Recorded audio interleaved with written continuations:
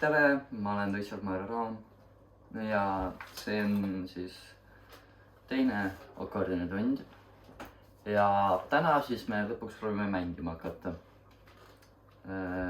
Proovime kõigepealt saada ja täna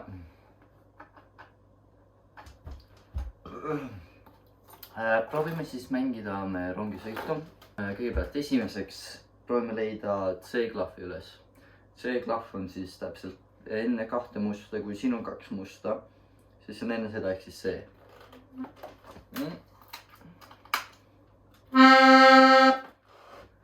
Ja kui siin on ka kaks musta, siis enne seda ehk siis siin on C noot. Enne kahte, kui kaks tükki on järjest, siis enne seda. Siin on 3 tükki järjest, need siin ei ole ja siin on jälle 2, need siin on ka. Ja need mõlemad on siis C. Ja neil on oktav vahet, ehk siis põhimõtteliselt sama noot, aga üks on kõrgemal, teine on madalamal.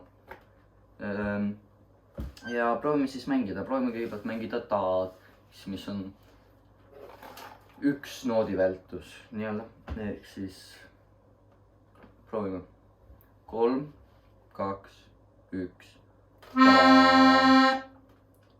Proovime uuesti, igaks juhuks 3, 2, 1, ta.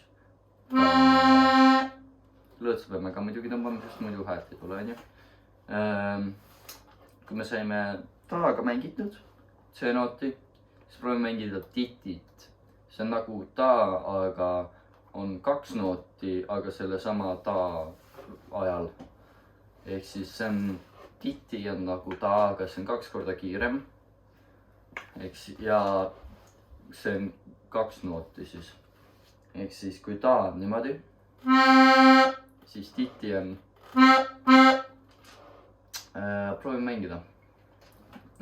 3, 2, 1. Proovime uuesti. 3, 2, 1.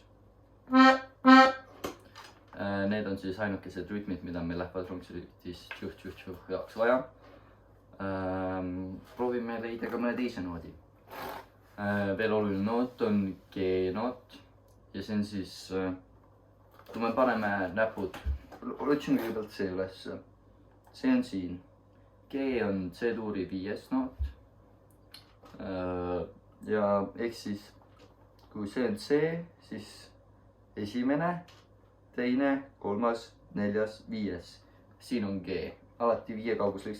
Kui paned kõik näpud ühe näpu ühe valge klahvi peale, siis alati, kui sul on pöial C peal, siis su väike näpp on G peal. Ehk siis proovime mängida G-d.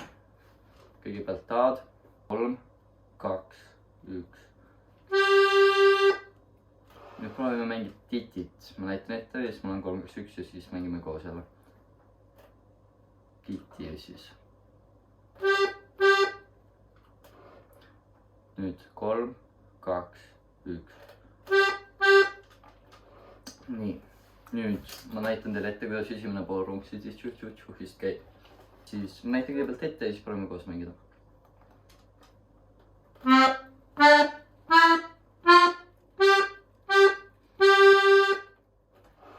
Nii, see nüüd koosnes sellest, et me lihtsalt läksime järjest nootide viisi üles, siis kui pöial on C peal, mis on enne 2 musta, siis lihtsalt liigume ükshaaval üles ja siis lõpuks G peal, ehk siis viimane noot, ehk siis väiksema sõrme peal jääme sinna mõneks ajaks hüppama veel.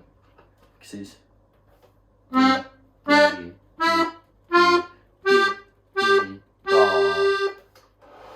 ja uuesti nüüd ja nüüd proovime koos. Ehk siis 3, 2, 1 ja.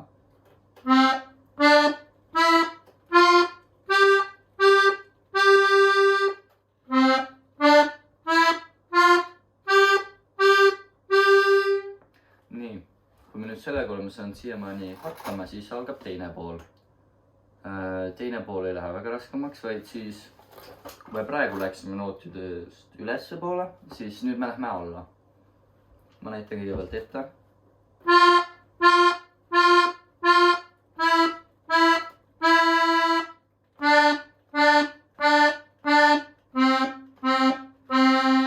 kui enne oli rütmiks oli ta, siis nüüd üllatus on rütmiks jällegi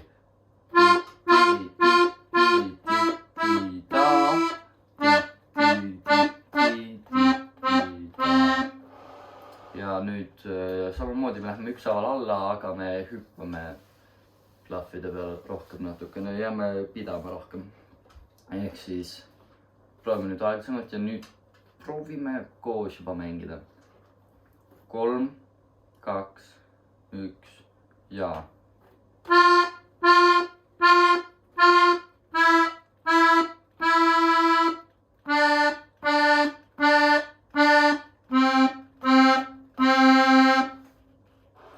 Ja see oligi teine pool ja ei olnudki nii raske.